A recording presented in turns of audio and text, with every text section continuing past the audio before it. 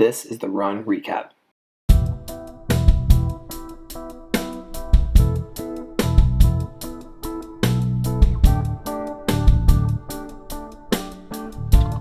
Been going through. So last was Bloomsday, which is kind of a quick recap on Bloomsday is what we did. Yeah, did we get through everything on that one? I feel like we got through most things, the most important stuff. I think we got it okay. Yeah. Yeah. So we were gonna do, well, and you did them. What was it called? Norwegian something or other? Oh yeah. I was gonna wait till we could do it together, but I'm kind of glad I just tried it. The Norwegian 4x4. Okay. One of my clients told me about it, and it's this new. Dr. Rhonda Patrick is kind of helped popularize it, as far as I'm aware, at least. And it's basically a Vo2 Max training program. Now, can you explain? I see that around all the time, and I think I'm too old school to where I don't know what they're talking about when they do that, but it seems like, especially in elite runners, everything is about their oxygen processing. That's the depth of knowledge I have into what we're talking about here. Yeah. And so, to put it simply, your Vo2 Max is your lungs' capability to utilize oxygen efficiently at high heart rate levels, more or less. So that's kind of the simple version of it. So the better your Vo2 Max is, the better you can intake oxygen, have it roll through your system and get the carbon dioxide out, and to keep you in, working efficiently with a lower heart rate. So essentially, if your Vo2 Max is really good, your heart rate's going to stay lower with more effort. Sure. If you're running on a treadmill, you're running 8 miles an hour, and your heart rate is at like 80%, your Vo2 Max is not very good. If you're running, or for you and me, we'll say. Sure.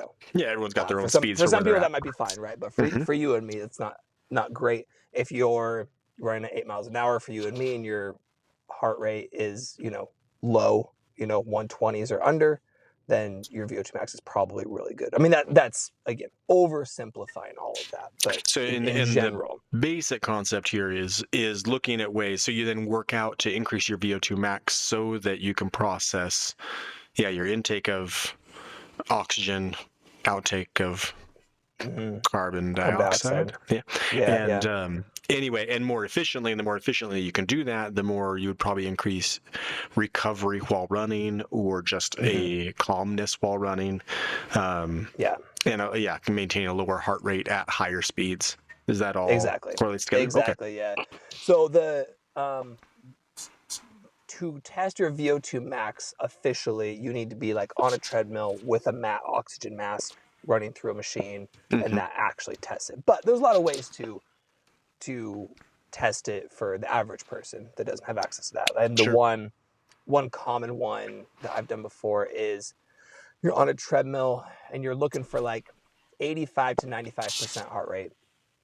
So as fast as you can maintain that effort level, and you go for, and there's ways to calculate. If you take your 5K, I don't remember the exact equation, but you take your 5K PR and you go at this percentage of speed or something. I don't remember what it is off the top of my head, but you go on a treadmill for the one I did is 3 minutes, and your rest time is, if I recall, it's 90 seconds, and then you repeat that 4 to 5 times.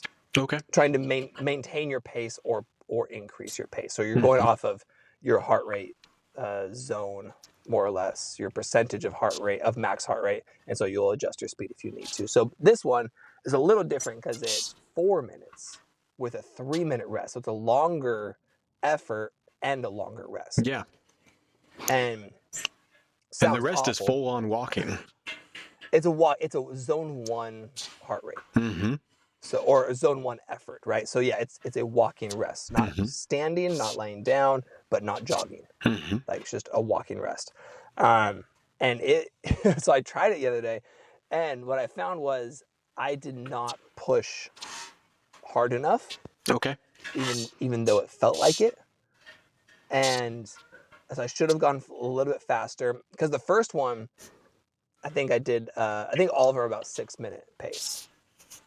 And then my rest time, but I was down into like 90, my heart rate, like 90 beats a minute within the first 40 seconds, of completing my first 4 minutes. Sure. And so then you're just walking, feeling completely recovered. Yeah, were you feeling like I need to get going again? But I'm trying to stick to the plan. I'm trying to do 3 minutes, but at a minute and a half, you're like, I want to go. I wanted to go so bad. Yeah. I was really and my okay, trust it, relax, just go. Especially like I'm on a trail out here that's a lot of people, and like, I look like a runner, but I'm walking.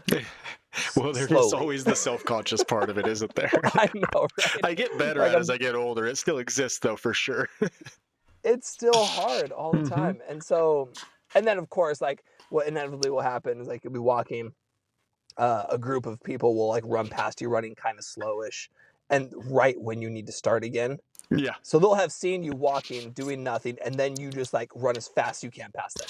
Then you look like the insecure runner out there. Like, no, I am faster. Exactly. I am. I really am. And so, anyway, so it was hard. So the first one was hard. The rest was hard to stick to. Second one was harder. The rest was a little more adequate. And then like by the time I got to my final one, I mean, I thought I was dropping off my pace super far. I thought I was falling off to like 6:30s, 6:40s. And I was then really, I was needing's a strong word. I was really happy about like the 2 minutes of the rest. Sure. The last minute, I was still like, okay, let's go. But towards the end, that like 2 minutes of it, I was like, yeah, I kind of really want this rest. This is very helpful. So is the objective of such a long rest there partly to cause you to go to all the way to full recovery, like completely solid full recovery? Because sometimes we feel like we're recovered, but we're actually not. Like you just feel that at a minute and a half again, you feel comfortable, I can go. Just because you can go doesn't mean you're not fully recovered. That's full recovery into then back up to 90%. And then making your body go through that entire process. Because I can see, I know we've done some workouts where shortening those processes can be really advantageous, but I can see how, where you don't let yourself quite recover and then you got to go again. That was like the 800s was that thing, and found that really useful. But I could see training your body on the opposite end of that could be really useful too, is we're going to do the whole cycle over and over and over again. So you're used to, now you're teaching your body to ramp all the way up, come all the way back down, and then do it again. And and just testing you're kind of testing your body, right? Yeah. You're training it really. Right. And so part of the goal is with the full recovery is during the on, you're trying to, even though the focus is the heart rate, you're trying to maintain the pace. Right? You're trying to hit that whatever that pace that puts you at that heart rate in the beginning, you're trying to maintain that throughout, right? So you want to back off if you're getting over that 95% threshold, but you still are striving to maintain, right? So, and so the full recovery allows you more effectively to stay at that pace, stay at the quicker stride, but you're needing. So I feel like at the end of it, because I didn't start out probably as fast as I should have, at the end of it, I was probably getting to the exertion that I should have had in the beginning. And I didn't warm up either, And you did 4 of these, right? Is that right? Just 4. Just 4. Yeah. Yeah. So it's not only that many, 25 really. minutes. Yeah. No, it's not. And your, what was I going to say with that? So it's interesting. On the last one, I was looking at my times, and I actually didn't fall off at all. I was like 6:08, or I don't recall exactly. Something around 6. My third one was a little bit slower, and then I was back to my original pace on the first one. Even though it felt like I was like just giving it everything I had. Sure. I was, I felt like I was just like slowing down, but I was able to keep that faster pace. But what's interesting is when I looked at my charts later, because this is perceived effort, right? This is like how it feels. It feels terrible. It feels awful. It feels like a lot of work. I looked at my heart rate. I maxed, I think, at 150. And that was it. So like when we did Bloomsday, my max heart rate at the end of it, I hit 192. And that's probably getting up to my max heart rate, right? Yeah. That's for my age and my fitness level. I might be close to 200, but probably not much more. I can't get there at all anymore. Like I'm done way before that. Getting there is a different story. But like as far as what I should be capable of, sure, right, to actually max out, there's the equation you could do, but then there's the reality of how in shape you are, right? So I imagine I'm around 200, maybe a little bit more. So isn't it? We were just talking about this last night. It's isn't it? Is 220 minus your age? It should be your max. Yeah, basically, is the kind of the general. It is, which puts me then equation. At. Yeah, so actually mine would be 176. Which is pretty darn close for me, real honestly. I hit 180-ish, and I'm gonna throw up, within about. Right, but we're talking max capability. So 176, that's not your max heart rate. Yeah, true. How in shape you are. It's my max heart rate for what I can sustain for a very brief period of time, though. But that's not what your max heart rate is. So should max heart rate be like the heart's going to explode at this heart rate? Or what? Nearly. Yeah, okay. Nearly, yeah. Like you shouldn't be able to, like if it gets to this level, you need to slow it down very fast, or like so you're going to have serious problems. That like, at least that's my always understanding. Okay. Of the max if heart I rate. hit mid 180s, if I hit there, I am seconds away from throwing up or passing out. Like it is so, like right in that. It's like, okay, well I can do this for about 4 more steps, but if I hit the 5th step, it's going to be embarrassing. Well, and that makes sense, because if your calculated max heart rate is 176, but you're in good shape, it's going to be more, right? Sure. And so that's kind of what I figured. I maxed out at 192 at Bloomsday, which is probably around my max heart rate. So 90% of my max should be like in the 180s, right? And so I hit 150. Yeah. It's the whole perceived heart rate thing, though. It's just hard. It's kind of a nonstop interesting conversation, because I've had so many runs where I felt really relaxed and comfortable and just cruising along, and I look at my heart rate was like 160, and another day it's like I'm pushing and we're race pace, I'm going way faster and it's significantly different. I'm breathing really hard, and I look at my heart rate and it's 160. And I have 2 opposite runs, totally different paces, totally different experiences while I'm going, and I'm within a couple beats different, and that's it. And and then other times, and I mean I can run down in the 130s, 140s, but and they don't seem to. It doesn't quite. It depends on how smooth you are, how efficient of a runner you are. Like all those things go into it too. Anyway, it's been a topic of conversation, specifically like run club friends, for like months now, because it's just constantly interesting to get done, and then talk about what you just experienced, and then look at the data, and what you felt like happened is not what the data says happened at all. Yeah, right. Yeah, so often that's the case. You and I have talked about that so many times. Yeah. What I will be very interested to do on the next time I do this, because like I said, I didn't warm up at all, which this workout needs a warm up, right? You're trying to start at a very fast pace. I was thinking going into it, I was going to do like 5:30s, and like not a chance. Because 5:30 for 4 minutes. Because really, could you run a 5:30 mile right now? I feel like I could get close. I mean, like if you gave it everything, I feel like you could. I've looked at your 3-mile times, and I think okay, if you only had 1 mile on a track, good conditions, all that stuff, I think you could run you can run 5:30, maybe a little under even. But if you gave it everything, meaning you're not jogging after that anymore, and if you had someone there to race you, just all the right conditions, I think you could be in that range just fine. Yeah. And but then with these, and then it's only 4 minutes, so it's not even a full mile. And that would make sense. So on the other hand, it's a fast pace. It's fast. It's quick, and I haven't ran that fast for an extended amount of time in a while. But so I thought I was going to go 5:30, but I just kind of did my classic go out at what feels fast. Whatever feels fast, we're just going to do that, and I'll look at times later. But I'm excited to do it again with a warm up. to kind of retest how everything feels. And now I know what to expect, and know I can actually push myself a lot harder than I did. And then I want to try on a treadmill, because treadmill is so controlled, right? And you can force in a pace. Yeah, I'm going at a speed of this the whole time. Sure. And then it doesn't waver, right? It's just about keeping up with it. Yeah.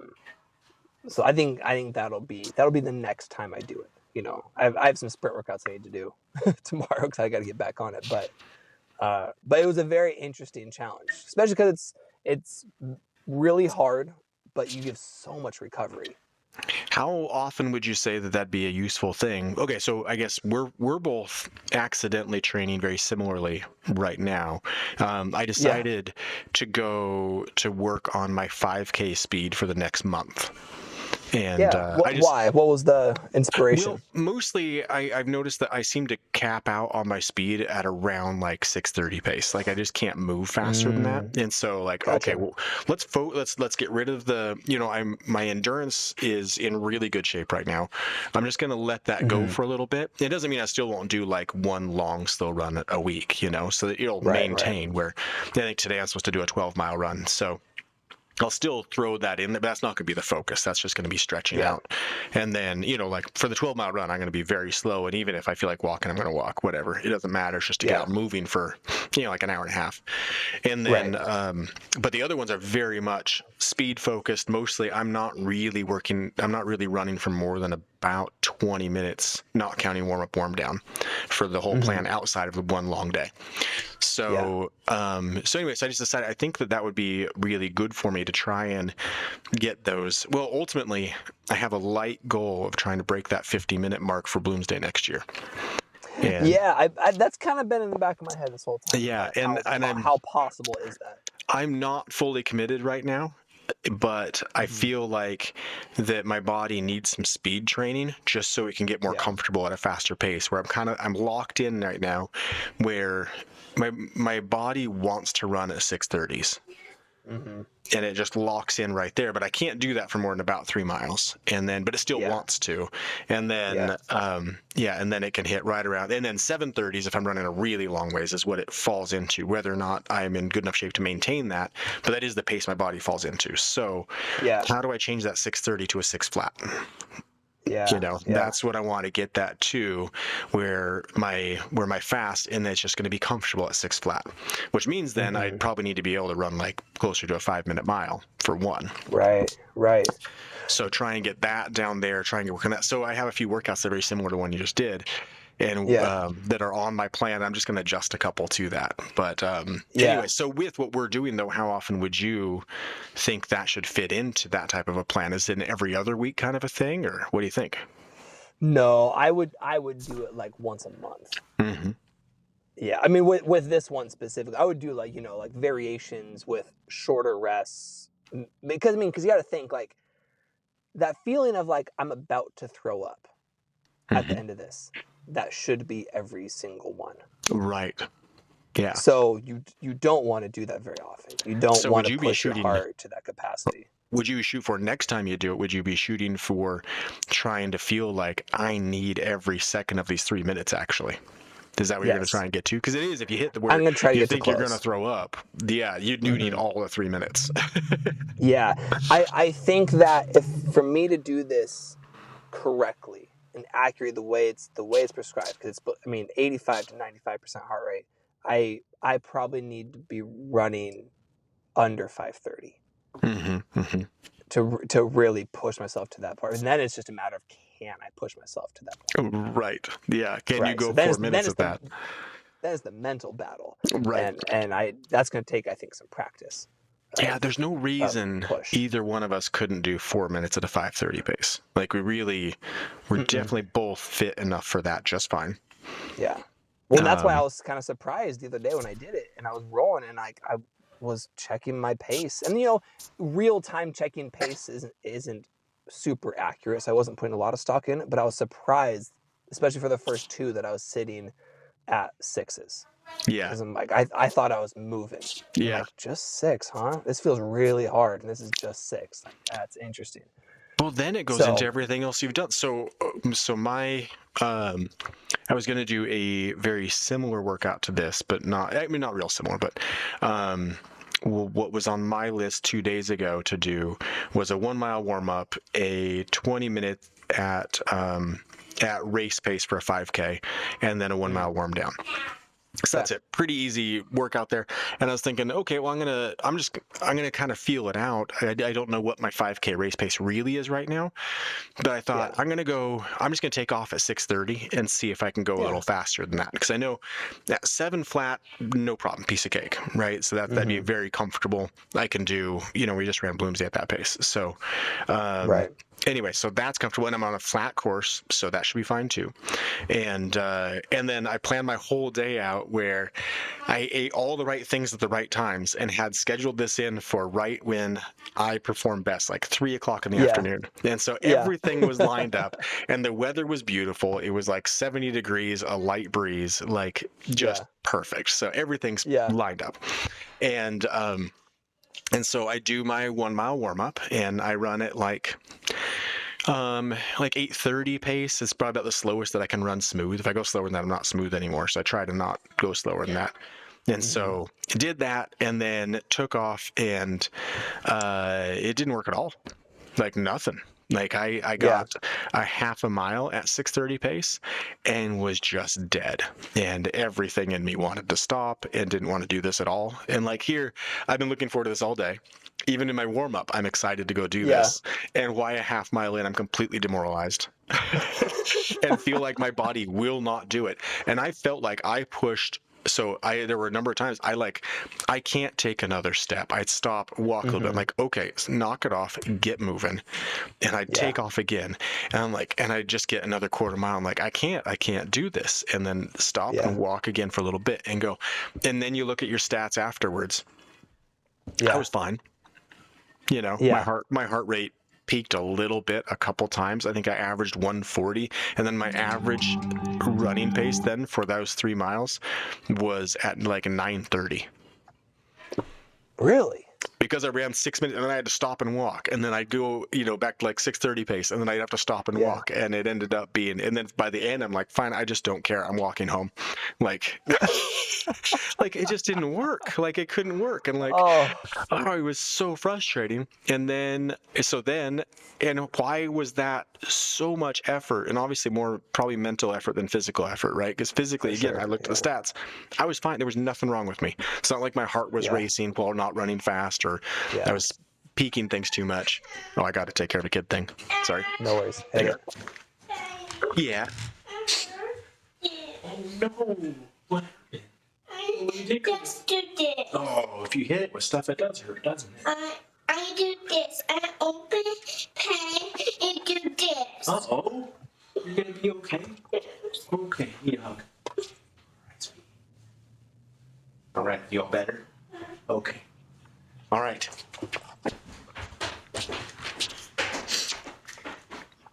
She just needed a hug.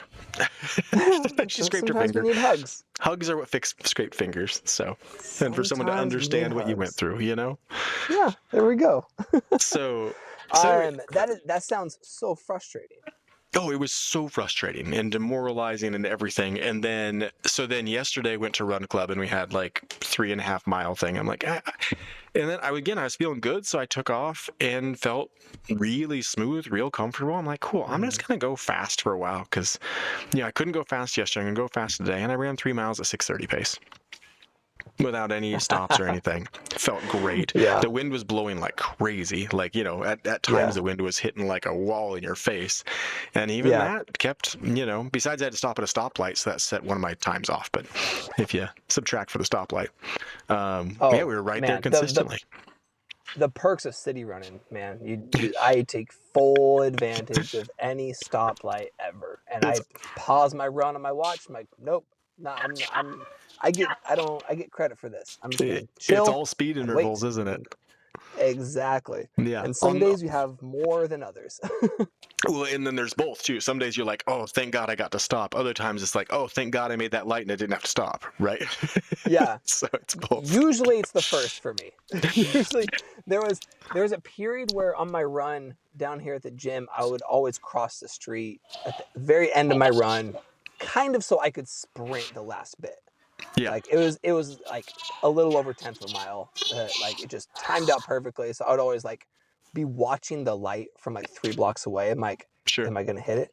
Am I gonna hit it? Am I not gonna hit it? And the times that because I'm still pushing hard prior to that, right? It's not like I'm like going easy, and I'm like waiting for the light, and man, the times I don't get the light and I have to like run through it, and I'm like, oh no, I wanted the rest so bad.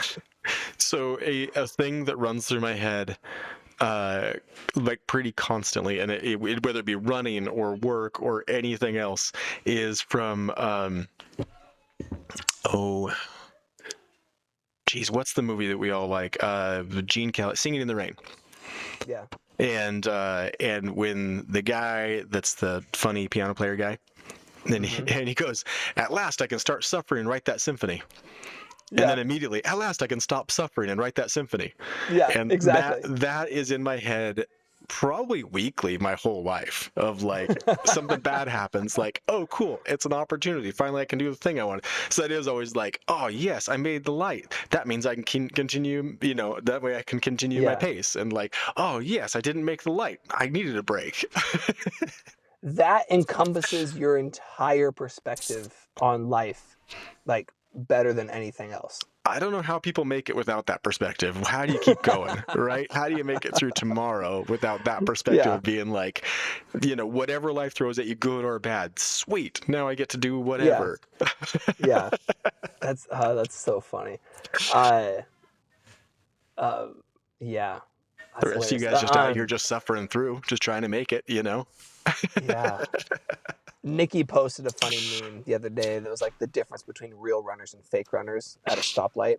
And it's like, you see the fake runners, according to the meme, this is not me calling out people. Sure. You do what you want. Well, finish up what you're going to say and I'll call out. Okay, you call it out. A fake runner gets to a stoplight and they're like jogging in place and like, keeping real agile and like keeping their steps up. And then a real runner will get to the light and just stop, put their hands on their head and just like breathe and wait and then go when it turns green. I think calling out in that is completely appropriate. Totally see. Okay, all right. The longer someone has been running, the more they don't stand and run in place. It is. Yeah. I see it very consistently, and I don't see the point of it. Yeah, and even to that point, one of my friends that I run with, that's a newer runner. He ran 2 marathons last year. And then has been working on speed from there. But his goal, it happens like so many guys, especially right around the 30 to 40 years old. And they're like, they set a lofty goal because it's a great thing to shoot for, to make you get out and work out every day, right? Yeah. And so anyway, so he was one of those, set a lofty goal and then fell in love with running, because if you run a ton, then you have to do that, right? Yeah. And anyway, so he ran 2 marathons and now he's trying to learn how to run fast. And so he's shortening those and basically learning all the nuances all over the place. And so he was asking me after a run the other day, he's like, all right, so what stretching do you do? I'm like, you're the wrong person for that. The answer is always like, I should. But and he's like, man, that's what when I talked to Mike, he said the same thing, and when I talked to Kat, she said this, like she's like, he's like, why is everyone saying, like, because we all know stretching would be better, and I don't know any runners that stretch. I'm sure they exist, I don't know any of them. Yeah, it's good. I mean, it's very helpful for you. It is the right thing to do. And yet, so you probably, actually, what's your stretching routine like? Do you I assume you do some stretching? Oh man, I don't stretch at all. No, like not, that's what's gonna happen. That is kind of accurate, not accurate. So I don't. I'm not a huge believer in static stretching, which is you go into a stretch and you hold for a long time. Sure. It has its value. I'm not saying it like it doesn't work. I find that movement through a stretched position, so I will call that mobility, work is more effective than just like holding a stretch, right? Oh, for And sure. so I work on my mobility every single day. You know, I'll do variations of a hamstring stretch or a very deep squat or a what you call a couch stretch, where you put your you get in like a runner's position, so your knees on the floor, you have your, let's say your left knee's on the floor, your right foot is out in front, and you would put your left foot on the couch to stretch your quad. Oh, sure. If that makes sense. So your heel is up by your butt and you're stretching your hip flexion, your quads, like that type of stretch. I'll go in and out of those. I do lateral lunges. I roll on the foam roller constantly. Here's the thing that every single runner should do. Okay.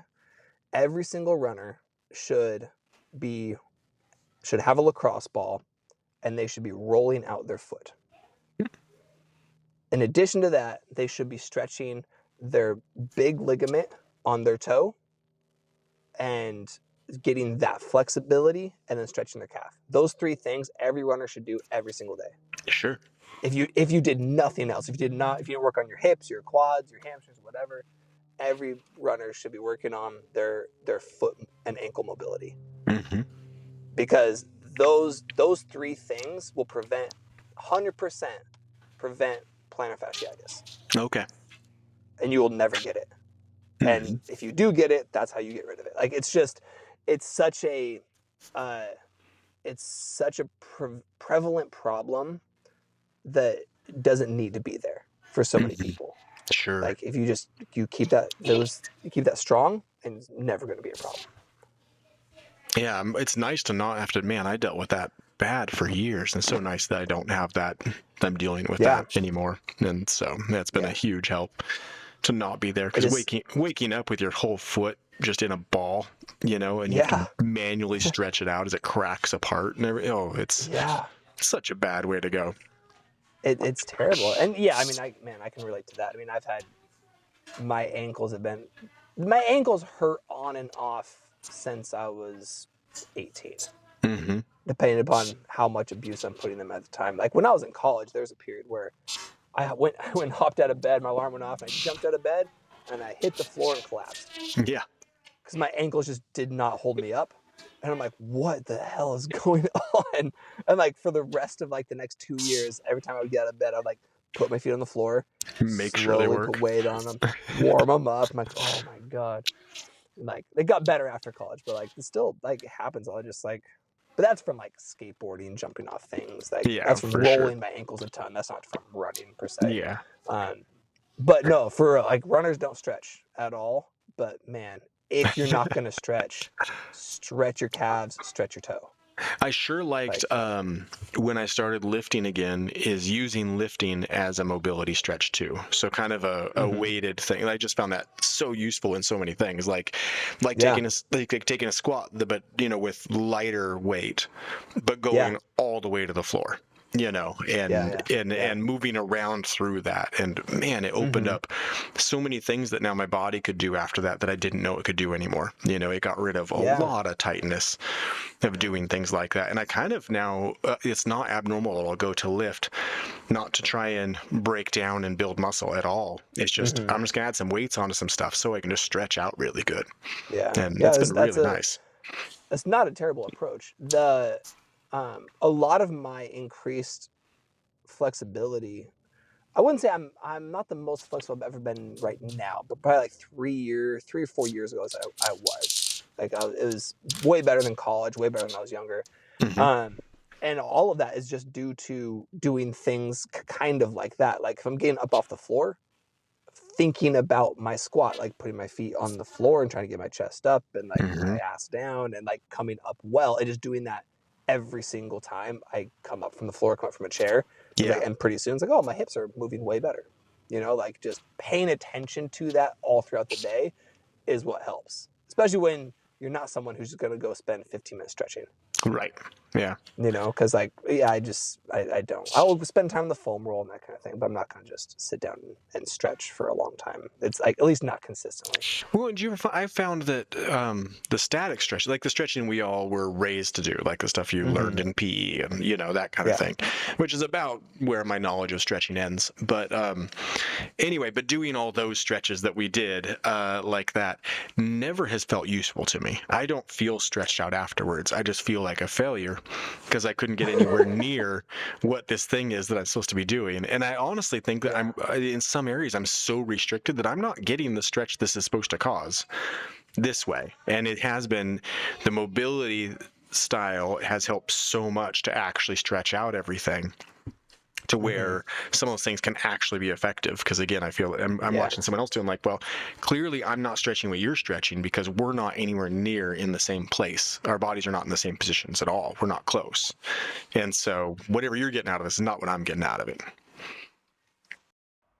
Please stay tuned for more from the Run Recap.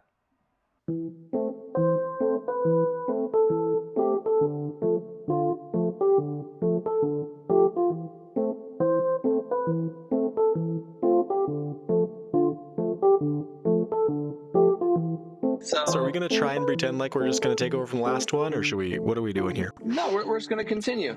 I mean, because we were talking about, I'm not going to try to pretend, I'm going to blend them, but I'm not going to try to pretend like this is just like seamless. We're not going to have a sentence and then jump into the end of the sentence or something, or I mean, maybe we'll have some hold music in between. That's I like that. Yeah, this is the second half of this. I'm kind of bummed out that no one commented on my my running music on the last one. I thought it was hilarious. I didn't until you said that it was from the Nintendo game. Yeah, I understood what you were doing, but I didn't quite get that. Like, oh, you put that. Oh, yeah, no, that totally sounds like old video game running music. I thought you were just making like silly music, and then it was like, oh no, old video game music. That was actually really enjoyed it once I knew, but it didn't click for me immediately with that. I mean that's okay, that's it can't be perfect all the time, but since last time though, you did some intervals, or did you actually do the Norwegian I did Vo2, not. or? That was not on my plan. I still want to do that, but my plan needed actually a very different kind of interval. Oh, okay. So once again, I think it's fun right now because we're actually lined up in basically trying to accomplish the same thing. You've always been trying to make it basically be the fastest you can at a 5K. Or pretty much. Whatever. Or something anything along those lines. You're in that vicinity, and you've been in that vicinity basically forever because it's the amount of time you actually like running. Exactly. So, which is funny, you still are going through what all runners go through, where the older we get, the longer the distance gets. Yeah, I haven't gotten there yet. No, yes, you have. Because do you remember trying to run a mile with me way back in the day? No. Oh, it was pulling teeth to get you to run a mile. That's so funny. When you were like 17, 18 years old, stuff like that. Like trying to go a mile was just like, it was just torture for your brain. And so you have now you really enjoy running more than three times as long as what you used to do. And I think I'm in the exact same boat, right? That 9 mile range, kind of maybe into half marathon, but right around like that. That's for me, that's 3 times what I used to run. And now that's really fun for me. It took me 20 years. Me too. So what was the interval you actually did then? Okay, so my intervals were first of all a long warm up, which saved my life because I've been we've talked about it a little bit before, but I've had struggles with my hard runs, especially by myself. Is like I go and I'm just so unmotivated a quarter mile in that and so bad to where I can't keep myself going. Like I'm in better shape than that, but everything feels like I can't do this. Yeah. So anyway, this plan called for a 2 mile warm up. And then it was 8 600s at 6-minute pace with a 200-meter jog in between. So it's 800. Okay. So it's just like the 800s we used to do, or we were doing, but without the stop. So instead it's 600 jog, 600 jog. So no stopping at all. Oh my gosh. And 8 of those, and then 4 200-meter sprints after that. Okay. So 200 meters. And what pace were you doing the 600s at? So 600s were at 6-minute pace. Okay. Because you're doing those at what you're shooting for your 5K pace, and right, we are both always shooting for that darn elusive 18-minute 5K. Right. I know. It's so frustrating how hard that is for me. I want it so bad. Well, and it didn't used to be hard. Well, I guess I worked out a lot more, and I was young. Yeah. Right. But it does seem like I did a 19-minute a couple years ago. Mm-hmm. Yeah. It's there. It's doable. But man, Anyway, so I'm hoping I'm looking over the plan that I found here and then modifying a few things. I think this is dialed into where I probably still am not going to hit an 18 within a month. I really doubt it. Oh, within a month? Oh, shit. Yeah. Yeah, so I'm really focusing on this for 1 month, though, is to really focus on speed for that kind of distance and just see how close I can get, Okay. So, anyway, so that was fine. I didn't really do it at 6-minute pace because that's not how that works, right? So I was like 6:15 pace is more realistic. But the jogging in between was great for me. The first, as these things always go, the first 2 were horrible. The third one was still really hard. You hit the halfway point and you're like, man, I'm pretty good at this. This is fine. Like you fall into that thing. And then the last one, of course, is like hard, but it's the last one. So you just give it everything. Yeah. And then my 200-meter sprints, I have no clue what pace I was doing with that. I just went as quick as I could. It wasn't that fast. Probably got to 5-minute pace, maybe. So it probably wasn't actually that fast. But man, my arms were going, my knees were high. So anyway, so I did that, and so I did that. I haven't recovered from it yet or anything. But okay. So did you do that? Was that yesterday? That was yesterday. Yeah. I'm actually really excited to try that 600s with a 200 jog. That sounds really fun. How many rounds was it? 8. 8. Okay, cool. I'll have to try that the next time I'm at a track. I knew you were focusing on your 5Ks for the month. I didn't know you were trying to hit the 18, but obviously it makes sense that that's just always trying to hit the 18. Always trying to hit the 18. I mean, we started talking about this, trying to hit the 18 7 years ago. Actually, quite specifically, right after Christy and I got married. I found my old cross country workout book. Yeah, I remember that. And I was like, ooh, if I just follow these plans, I should be able to then perform like I did, right? Yeah, so I had that, and that just got that idea in my head of like, I wonder if I can still do it. And then I've been wondering if I can still do it now for 7 years. Yeah. And so it is always on the list of things to try. So anyway, it's definitely not going to happen. But 19 in this within a month for sure. Like there's no way that within a month I actually, because I'm in decent shape. I'm not in that good a shape, and I can't make that kind of tweak within 1 month. But I think 19 is actually within. That's a realistic range to be in, I think. Yeah, that's it's so hard because as I have to tell clients all the time, we're not professional athletes. Right. So life gets in the way all the time. And like training plans just go in and out the window constantly. And like you do your best, but it's hard to stick to things exactly how they're supposed to be because you kids and work and you get sick and those things. Like how I relate to that is I didn't go to the track to do my sprint workouts the past 2 weeks. So I've had 2 weeks off. And I noticed it. I went and did it yesterday, yesterday, and my body is destroyed from it. Yeah. It was so hard. It hurt so bad. The residual pain the next day. I'm not injured, but just things did not function just by 2 weeks off even.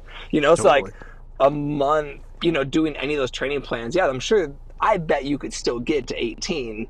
But yeah, in a month, and how much time do you have to stick to the plans, right? Yeah, I think if I could stick to a real solid plan and work on that, I think even faster than that. Real honestly, I don't think is unreasonable. I think even running more like Bloomsday at a low 6-minute pace is completely reasonable for what my body can do and the age I'm at, for sure.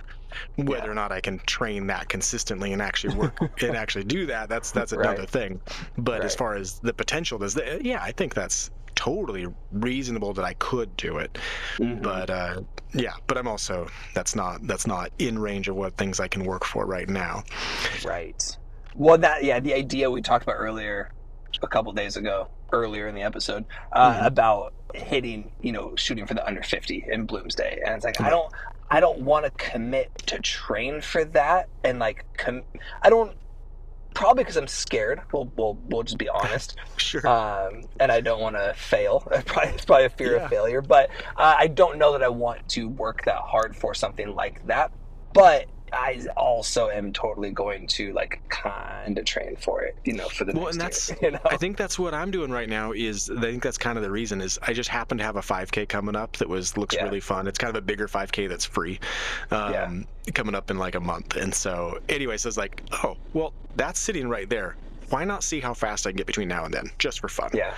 And why not also do some of the things that we've been talking about for a while that I don't do is work on some of those more sprinting things, stuff like I did high knee skipping before doing this one, Hey, look at that. I did some stuff that like we just talked about that. Right. And so anyway, out on a track where I actually know how to do these things and stuff. So anyway, but getting that together to do that and having this like, oh, I have this opportunity to shoot for this thing, so why not give it a shot and see what happens. And but my thought is if I get that speed down and get just my leg speed up, then I can relax into that higher leg speed. And then I'm going to put my endurance back out there again. But even with this plan, I'm still running I still have a couple of days that are still 12-mile days. So my long, slow distance is still very long. So I shouldn't lose my endurance through this, but then take that and make a little shift towards endurance, because there's the elusive 18-minute, but the next one is being under an hour 30 for a half marathon. Right. That's moving. I really want it bad. And then, so that would be like, okay, well, come October, can I be there? If I play around with this speed here, kind of build some habits with these speed workouts. Yeah. And then hold on to that while then getting it and then putting it into longer and longer trainings. Yeah. Is that a better setup? As I've again been kind of aiming lightly for this hour 30 half marathon. What do you have to run splits on for a half? 6:45s. Okay. Gotcha. Yeah. That's moving for that distance. It is a downhill course. I've run it I averaged at 7:04 a couple years back. So I have run a 1:34 half marathon. Okay. So now of course it's like, it's just 4 minutes. What's, but you divide that out. It's like, no, that's, like, how it is. The faster you go, the more a couple seconds difference per mile is actually a lot, difference between, even when I go out to run a 4-mile race or a 4-mile run. If I do a 4-mile tempo run at 7-minute pace, it's a piece of cake. If I do it at 6:45, I full on fail right now. Right. Like, just can't do it. Well, and that's what I was worried about Bloomsday, is with that pace we went out so fast. I'm like, that's why I slowed down on the bridge right before Doomsday, because I'm like, I don't know if I will make it if I keep this pace up. Like, if I don't give myself a little bit of rest. Like, you don't want to walk the last mile. We went out way faster than I was planning, I went out way faster than I was planning. So I can't blame to give you credit, it was only like 300 meters or 400 meters of that speed, but it was a fast takeoff. It felt like 3/4 of a mile. Yeah, right. Well, we were still really moving going into that time for sure. Well, because I don't think we dropped down to 7-minute pace until after the downhill, right? After Riverside. Right. Yep. So we were still going low 6s probably until we finished the downhill. Yeah. And then we went real slow coming up the next part to recover. Right. I know you were trying to get me to slow down to 6:30 to 7, but it's like, it was like right there, right? The hill was totally. It was weaving people get out of the crowd, and then it was Riverside where you just go, and then so we didn't hit. There was a fun amount of light adrenaline through it too, right? So that was good. Yeah, it was fun. Definitely what adds to it, right? Was that you have the start, you got all those people, and then weaving people just adds like an excitement to it. Exactly. Yeah. And man, that was still I've been talking about it nonstop because I just had so much fun. It was a lot of fun. I enjoy doing it by myself, just weaving it out of people down that section of Bloomsday. I have so much fun in by myself. Doing it with you, though, was even because we stayed in contact with each other. Yeah. And I think because we've done so many things where we're real comfortable just sticking right on each other for things for our whole life. Well, your whole life specifically. Yeah. So that we're so comfortable doing that, we just lock in, we're in tune with each other, and just doing this thing, and like, oh man, I miss doing those things like that with you. It's not common that you get somebody, sibling or not, who you can like, who can stick at your pace for most things, right? Yeah. Snowboarding, downhill skateboarding, running, like we have our differences on running especially, and like I don't know, I probably couldn't have kept up with you downhill at the end when you're really doing it, but like through most of that, like we could really keep pace with each other through all those things, but and you just don't get that very often, right? Yeah, and it's not even, I think some of it is kind of almost an alignment of values to it, because it's not to say like snowboarding, I ride with a bunch of snowboarders that are better than me in a lot of aspects of snowboarding. Absolutely. Right? So it's not even like, oh, I can't find someone's a good enough snowboarder to ride with me like this. No, it has nothing to do with it at all. I ride with a bunch of guys that can do tons of things I can't do at all. And but there's a certain value of like, oh, but I like this part of snowboarding and I want to do that part. And anyway, and so that's where you and I tend to line up with most of those things in many of our sports, to where it's like, oh, this is the fun part, and we like doing it together. We like sticking right on each other when we do it, and and that's the fun part that we have. Yeah, that is one of the best. That was definitely the best part of Bloomsday, and probably one of the funnest aspects that we have when we do things together. Whether it's like, trail running down, a random hill that's not on the trail, or you can call it trail running. It's sometimes the trail exists, sometimes it doesn't. We probably need to explain this thing, right? Have we talked about this on the podcast at all? I don't think so. Okay, let's throw it in right now. It doesn't fit at all with our conversation for this whole thing, but it's too much fun. Go for it. I don't know what you're talking about. Well, it's sand skiing. Sand skiing. Okay. Yeah. Did we? Maybe we did. Sand skiing.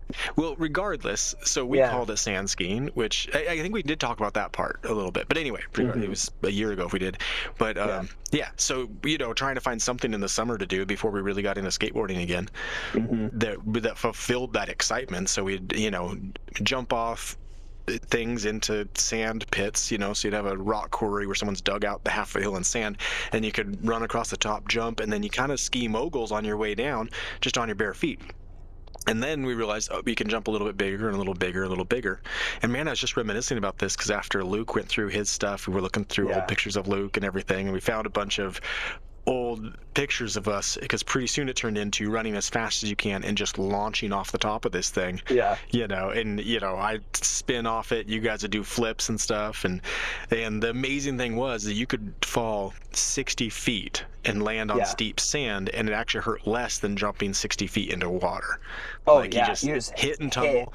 It didn't hurt a bit. You just had to be ready to tuck and roll immediately, stay loose. And man, that was so much fun. And so terrifying to run up to the edge and launch off when you're just seeing 60 feet below a flat ground. And we're just going to drop 60 feet.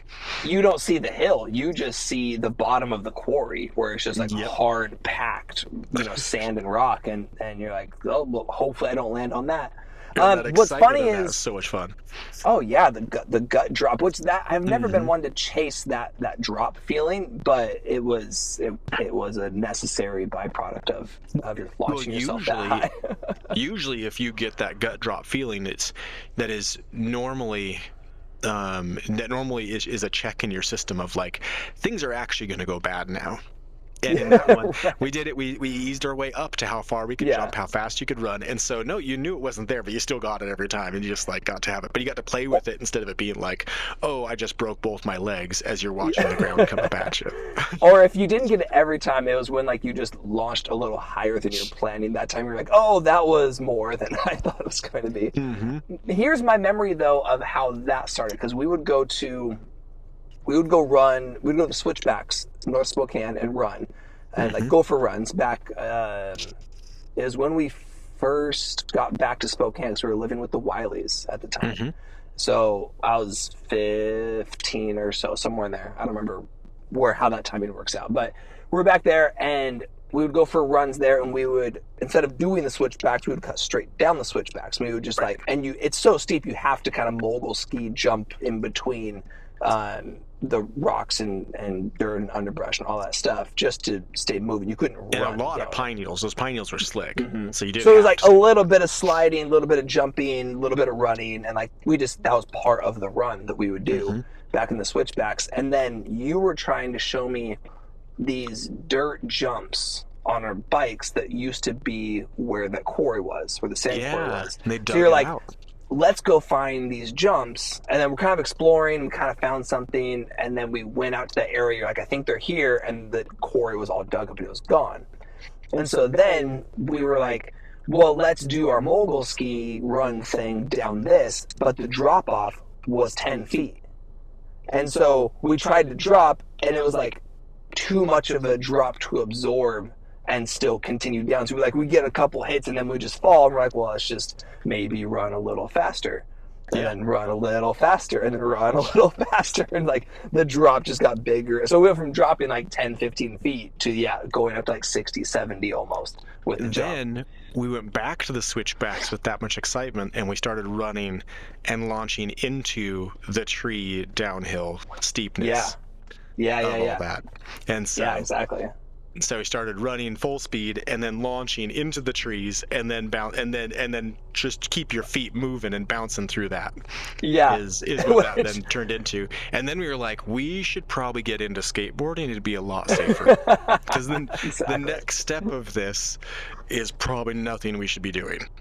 Yeah, we're getting close to some actually dangerous stuff, which you and I are not typically seeking out dangerous things. No, I think as much as, depending on what your background is and stuff and what people do, it's, we aren't just going out to do something stupid. It's like, okay, can we have something exciting, but let's actually think through what the risks are, once again, maybe have Luke try it first to make sure it's safe. And then and then we can go from there, So, for anyone who doesn't, I think most people listening to this probably know, but our friend Luke had a brain surgery recently because of a head injury from high school where his skull didn't actually heal all the way, so it was leaking spinal fluid and created kind of like a tumor thing, and they had to go cut it out and do a whole thing. Really, really scary, kind of nasty thing that he's been having to recover from for a while. But his classic term that he would always say every time he would take a jump and it wouldn't go well, or he'd knock the wind out of himself, was he'd always break his mainframe. Hang on. Let me back up to the story of exactly when that happened first, because that was one of my favorite things that's ever happened. Is we were snowboarding out in the woods near our house, and there's this steep run in, and then we were like, oh, we can build this jump here, clear this trail. There's a little bit of a landing on the other side, and you don't need much of a landing on a snowboard. If it's downhill, it'll work, just a little bit downhill. And so we built this thing up, and I am notorious. First of all, I'm very good at building jumps. Yep. I almost always build them too steep to start with. Yep. Almost always, because no, more curve is more fun, so we're gonna add more always. Curve. I'm a little better at it now, but not much. And so built the jump in. I had it all dialed in and everything, and we're like, all right, Luke, you're first. So, because that's what we do. And so Luke went up, came into it fast too. I mean, he started. He started at the top of the hill. Yeah, and from then on, I think we started halfway down. Yeah, exactly. What we actually did from that point forward. But also, we were very concerned about, you don't want to go off this because it's a bit of a drop down to where the trail is. You need to clear the trail, or that's going to really hurt. We got to get to that downslope. So he started from the top and came down, and the jump was way too steep. He flies off, board goes right in front of him. He probably could have just tucked a backflip, but he didn't. He just rolled the windows down like crazy, arms just flying across, board out in front of him in a laid down position, basically just flying across. Clears the trail. I'm down standing on the trail, and he's twice as high as my head going over the trail. That's right next to where the start of the landing is, and it was a short landing. Cleared the trail, cleared the landing, lands way out flat on his back, and is just laying there moaning. And of course, as we often did, we're worried that we just killed Luke. And so they're running down there. Luke, you all right? And he's just, oh, guys. Oh, I think I broke my mainframe. So then he messages us after having, a seizure and stuff, and like stuff with his, and he's like, hey, can you guys think, first he said, guys, hate to break it to you, I actually did break my mainframe. Yeah. That was one of the first, the first thing he texted me is, when have I hit my head? And I'm like, that's too many to even. Yeah. Can you think of a time I might have cracked my skull? And I'm like, yeah, like without thinking, 4 of them come up in mind without trying, like instantly. Like, yeah, here's 4 times that you almost for sure cracked your skull. Watch your head bounce off the concrete. Yeah. Yeah, but then like 2 texts after that is like, I actually, like, I legit broke my mainframe. Like, that's just too good. Too classic Luke. Okay, back on track here because we got to wrap it up soon. What is the 5K you're running soon in a month? What's that one? The Michelob Ultra 5K, and so it's full on sponsored by them, which makes it totally free. It runs downtown. It starts down in like Kendall Yards. I think it's pretty much flat and stuff. You should come over and race it with me. It'd be a blast. So it's going to be another fun run that you're going to race as fast as possible. I have a feeling, since there's no other, so usually if you want to, here's the key, and I think I've said the key before, but the key to winning a 5K is to go and run the 5K when there's also a 10K, a half marathon, a full marathon, and hopefully like a 50K too, right? Because then the 5K is not where the fastest people are going to be. This one's only a 5K, and it's free, which means high schoolers can afford it. Oh, I see. So I have a feeling that it's actually gonna be super competitive, and so I want to go out and I'm sure it'll bring all kinds, right? It'll bring the really fast guys, and it'll bring some slow walkers and everything in between, which will be, it makes it just fun for everybody, right? Yeah. So that's what I'm assuming will happen. I didn't look at times from last year or anything like that yet, but that's because there's no other races. I'm quite positive fast guys will show up. But then that'll be cool is maybe I can lock in with somebody that's quite a bit faster than me and just like help pull me along, as that often happens. So but I decided I think this will be a good one for that, where I'm gonna just for fun take it really seriously and see what we can do. Well, that's always been my problem with distance runs, and why I think the only reason I ran that time in Bloomsday was because I don't do well pushing myself. Like I don't have the race experience with distance. I can make it the distance, right? Mm-hmm. that's my objective, and that's my only objective, and I just happen to do it quickly because I'm bored and I don't want to take that much time. But I don't have the experience that you do of like actually pushing yourself for the distance and understanding like the energy reserves that you have that you can count on for later. Like I'm always worried about utilizing too much energy and not having any, right? That's always in the back of my head. Sprinting is easy. You go as fast as you can. I know what I can do. I know what technique to focus on. I know I know when something starts falling apart in the middle of a 400 what to focus on, right? It's just a different type of mindset. And so I actually do want to run a legit 5K. And when I was trying those 5Ks back in the day, a couple of years back, really trying to get that 18, I know the main reason I wasn't getting quicker, getting like, low 19s or whatever I got, I don't remember, is because there's no one with me. Right. If I had somebody with me to push, I'm sure I could have. But if we would have been peaking at the same time and done it together, I'm sure I could have done it. Or at least got close, Or like, imagine if we were the same age and we went to high school together, stuff like that. Like, you would have been, you would have been an excellent cross-country rider, So you are built for that. At that distance, you could have been really good at it for sure. I am excited to kind of try a shorter race. Like if I won't make it. I won't make it to this one for sure. But I'm excited to, if the time works out, to do like the Boulevard, that 4K. It's right up my alley. It's flat. Right. It's in the city. It's only 4K. 4 miles. Yeah, 4 miles. Yeah, not 4 miles. Yeah, of course. No, it would be great. Yeah, we should try and plan that. It'll be in the fall, so there's lots of time to plan for that and everything. Right. But that would be a lot of fun. Yeah, and then sometime we'll have to, when we're both peaking, sometime we'll have to run like a 5K, legit 3 mile together. Yeah. And see where it falls. And we should do one where most of the people are wearing tutus, so we just get to be out in front together by ourselves. Exactly. Oh, I like it. Okay, well, I got to get rolling. I'm gonna try that. I'm gonna try that interval workout sometime. Maybe next week. We'll see. I gotta figure when I have time. That sounds I think fun. I have time for the Norwegian one this week, so I think I can adjust one of my other speed days and put that in and be a good mix for it. So I'll see what I can do there. I'm really curious how you deal with that rest time, because I think it'd be historically really don't like that rest. It would drive me crazy. No, this last intervals where I could keep jogging was way better. Yeah. Wait, I mean, I will. To be fair, I prefer that too. Like it was a struggle to stick with that full 3 minutes, but I understand the value of it, especially if I push myself a little harder next time. Yeah, no, it's really interesting. I'll have to give it a shot for sure.